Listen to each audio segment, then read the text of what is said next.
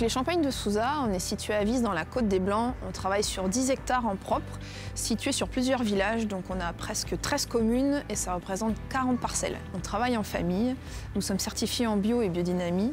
On travaille beaucoup avec les fûts de chêne, qui est une signature de la maison, et également avec des chevaux de trait pour le labour du sol dans la philosophie du bio. Je suis allé il y a quelques années visiter Eric de Souza, qui nous a fait découvrir sa maison, son domaine.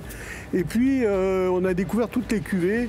La cuvée Caudalie, c'est une cuvée que j'ai beaucoup aimée.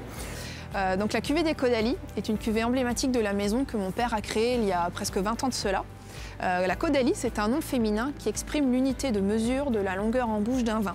Donc quand vous dégustez le champagne, après les arômes s'expriment en Caudalie. Une Caudalie est égale à 1 seconde. Donc aujourd'hui, on a voulu associer, faire un accord mets et vin sur une pâtisserie qui est quand même un challenge, puisque d'habitude les champagnes vont plutôt sur des plats salés. Donc on a voulu tester avec la maison Pierre Hermé et monsieur Hermé en personne, voilà, une pâtisserie associée au champagne. En fait, je ne pense jamais un gâteau en fonction de la boisson qui peut l'accompagner.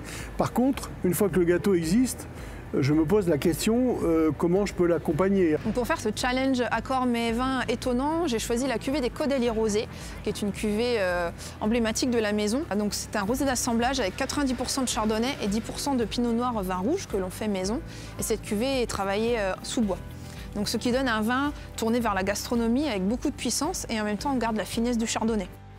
Il n'y a pas de règle dans le processus créatif. Je pars d'une discussion avec quelqu'un, je pars d'un ingrédient, je pars d'une association d'idées qui parfois n'est pas du tout en relation avec ce que je vais créer, mais qui est un déclencheur. Et surtout, ce que je cherche pas à plaire. Je cherche à procurer, à solliciter des émotions. J'ai choisi un gâteau qui est infiniment noisette. Lorsque je travaille sur les infiniments, c'est que je cherche à mettre en valeur un ingrédient et en exprimer tous les parfums, tous les goûts, toutes les saveurs et les textures. Et donc dans la tarte infiniment noisette, j'ai essayé d'exprimer à la fois le goût de la noisette et le goût de la noisette torréfiée et la texture de la noisette qui, bien sûr, contribue largement au plaisir de la dégustation des noisettes. Et donc, je trouve que le champagne, rosé, cuvée Caudalie, pouvait s'intégrer dans le prolongement de la dégustation de cette tarte. Je trouvais que le champagne accompagnait très bien les arômes de torréfaction, de torréfaction de noisettes et le goût de la noisette.